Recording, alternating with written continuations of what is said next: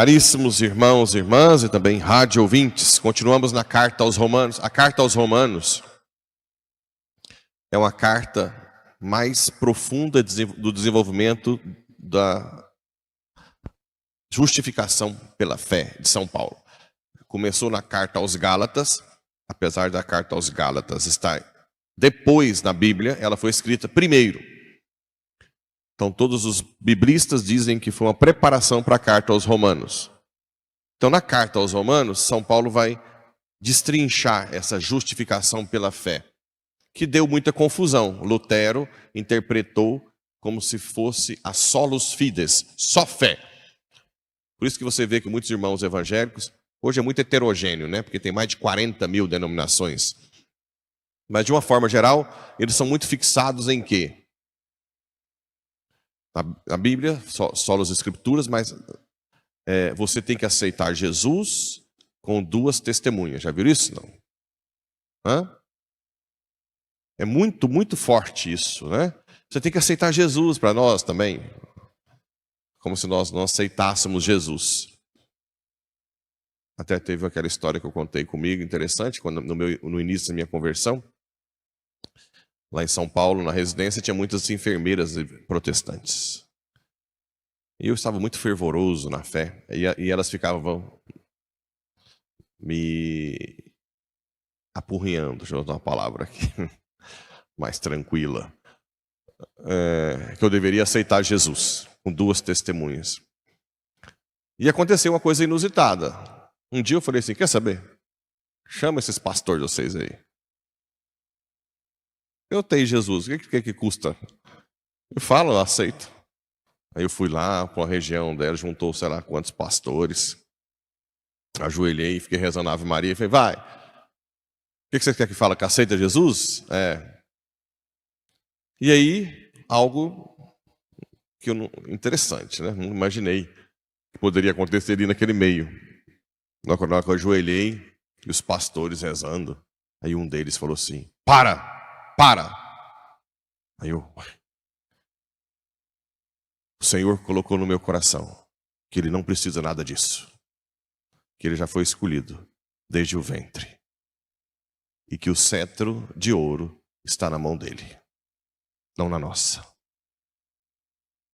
Junto com todo mundo, as enfermeiras ficaram completamente desoladas, né? Porque elas ficavam o tempo inteiro falando que eu tinha que aceitar Jesus. De repente o próprio pastor pede para parar. Eu estava rezando a Ave Maria na hora. Mas, claro, não precisa que vocês... O ideal é que vocês falem que a gente já aceitou Jesus, né? Mas eles têm fixado isso, por causa disso. E quem aceitar Jesus será salvo. Só que aí, como São Paulo, ele aprofunda, dizendo que não somos justificados pelas obras, mas pela fé, se confunde de que não precisa de obras. Tanto é que Lutero não gosta, e ele até pensou em tirar, mas não tirou, a carta de São Tiago. O que São Tiago fala? Mostra-me tua fé sem obras, só tua fé sem obras é morta, e eu mostro a minha fé com as obras, que é viva. É isso? Mas o que São Tiago, ou seja, essa confusão de Lutero já existia desde os primeiros cristãos, com a carta aos Romanos. Mas o que São Paulo quis dizer, eu já falei milhares de vezes, que as obras não são importantes? Não. Ele quer dizer, e aqui agora eu vou entrar no texto atual, que ele é bem profundo. Ele quer dizer o seguinte, irmãos, não foi por causa da lei, mas por causa da justiça que vem da fé, que Deus prometeu o mundo como herança a Abraão e a sua descendência. É em virtude da fé que alguém se torna herdeiro. Logo, a condição de herdeiro é uma graça. É uma graça. Um dom gratuito. Graça dom gratuito, e a promessa de Deus continua valendo para toda a descendência, né? Tanto para a descendência que se apega à lei, quanto para a que se apoia na fé de Abraão. Pois está escrito, eu fiz de ti pai de muitos povos, e assim vai. O que São Paulo está realmente querendo dizer? A gente já falou ontem sobre isso, mas é importante que o nosso relacionamento com Deus parte dele primeiro. Nós somos aqueles que ele quer para si. Independente se somos bonzinhos, malzinhos, honesto, desonesto. Ele nos quer. E ele dá a sua condição filial de paternidade a todos aqueles que se aderem a ele pela fé, que não é só crer, mas conhecer a Deus. As obras não são necessárias no primeiro momento, porque Deus nos quer. Lembra da passagem de domingo? Chama os bons e os maus. Lembra? Não é estranho isso? Porque para Deus não interessa quem está aí na cidade que fez filantropia ou não, ou quem só é preguiçoso, está no sofá lá, acordando meio-dia, ou o outro que está roubando ali na feira, né, pegando escondido os trem, ou quem está, não sei, trombadinha. Não interessa. Todos são prostituta. Todos são chamados a ser filhos de... Aqui, no primeiro anúncio, ninguém vai ficar ali na porta da paróquia. E aí, o que você fez de bom hoje? O que você fez de ruim? Novos fora, dá para você participar aqui, mais ou menos. Vê se amanhã você faz mais coisa boa. Tem isso aqui? Não precisa disso. Porque é uma graça, é um dom gratuito o que Deus nos dá aqui, de graça. Agora, aqui vem o X da questão. Se alguém vem e recebe esse dom gratuito e não põe em prática a graça, ele não vai ter o quê? Obras. Então, na verdade, ele não se converteu de verdade. Essa é a questão. Você recebe a graça gratuita, independente se você presta ou não, e coloca em prática, deixa o Espírito Santo agir, necessariamente tem que aparecer obras, que são chamados frutos do Espírito Santo. As obras não vêm antes, as obras vêm como consequência. É isso que São Paulo está falando. Ele não está falando que obra não é importante. Só que ninguém é salvo por si. Na verdade, isso para nós é uma vantagem enorme. Você já imaginou se nós tivéssemos que ser bom para Deus para ser salvo? Que peso que não seria? Que horrível. Imaginou para o coitado de um padre, que já é um miserável de marca maior, se ele tivesse que ser a estrelinha de bondade para salvar os outros? Que peso que não seria? Agora, eu luto para as minhas obras serem boas, mas quando eu caio, a todo momento existe uma graça gratuita oferecida, independente da minha miséria, que se reflete nos sacramentos. Qual sacramento principalmente? Confissão. Se eu falar um trem, vocês não escandalizam, não? Em 2 semanas eu confessei 5 vezes. Quando eu vejo o padre, eu confesso o tempo inteiro. O tempo inteiro. Rapo lá no tacho, todos os trem que está lá dentro. Não é por uma questão É uma questão mesmo de querer estar cada vez mais puro, né? Puro. Porque o sacerdote tem que se esvaziar de si. E depois eu vou ficar um tempo sem... Não, tem os padres lá aqui, né? Mas eles estão ocupados, sem conviver com padres, né? Mas eu tenho cada vez mais certeza da gratuidade que Deus tem comigo, independente da minha miséria. E isso não me dá um peso grande nas costas para ser padre. Senão eu tinha corrido, estava correndo aí na GO 060, sem olhar para trás. Porque se o peso da conversão minha e dos outros todos fosse meu, as minhas obras, seria um peso insuportável. Ou não? Eu teria que ser Deus. Ou não?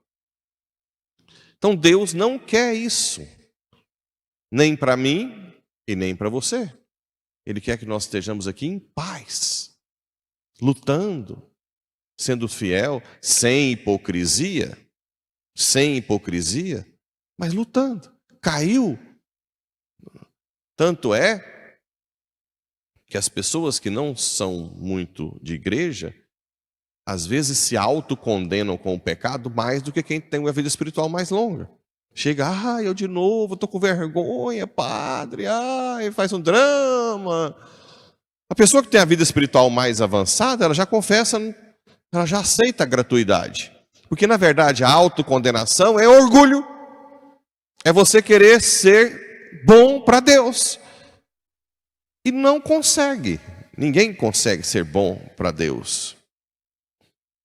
Agora, quando você tem uma vida espiritual, você já sabe que tudo vem de Deus, que Ele que é bom. Quando você faz uma coisa que presta, é Ele. Quando não faz, é você. Então você vai caminhando tranquilo, né? De boa. Quando eu como padre, termino o dia, Senhor, sou um servo inútil, fiz o que o Senhor que devia ser feito. As misérias são minhas, me perdoa. Sim, Pablo, te perdoo. Ele dá gratuitamente. Agora você já imaginou se toda noite chegasse um anjo ali? Vamos lá, Pablito. O que você fez que não presta aqui? O que você fez que presta? Isso aqui você não salva nenhuma alma, meu filho. Você pode caçar jeito. É assim que funciona? Não. Tanto é que os sacramentos são o quê?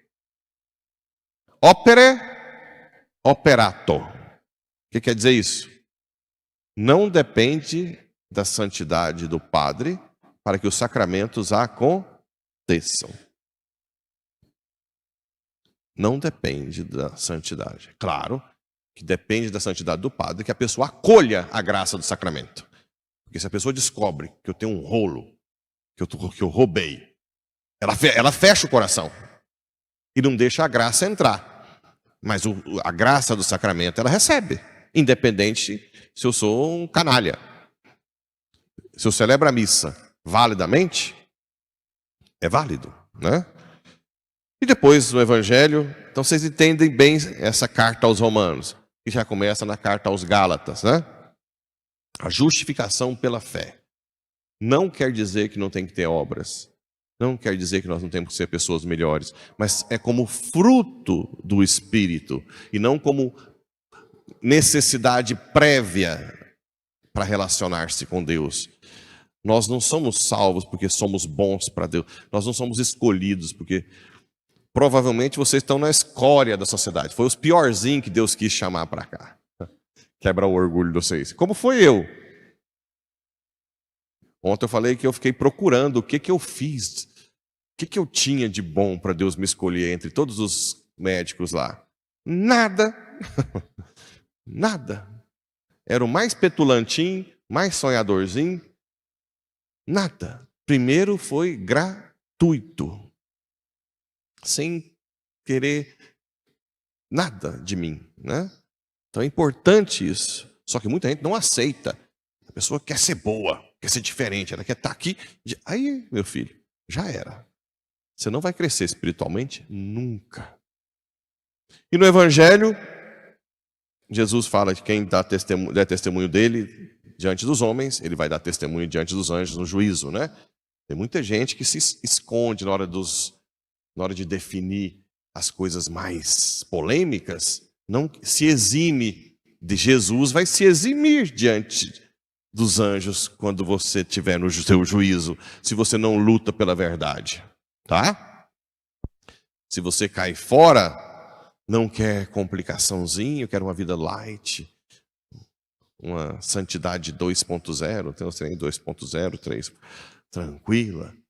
Jesus também vai se eximir quando você for colocado à prova lá, acusado pelo diabo. Né? Então, cuidado. Lute pela verdade. Fale a verdade. Se alguém te questionar, diga. Mostre o caminho, que existe sim castidade, celibato. Que existe sim família, o sexo no casamento. Que existe sim instituições que são condenadas pela igreja. Que existem sim condenações aos contraceptivos. Se você concorda ou não concorda, a igreja condena. E assim por diante. Lute, se exponha para que Jesus depois te defenda.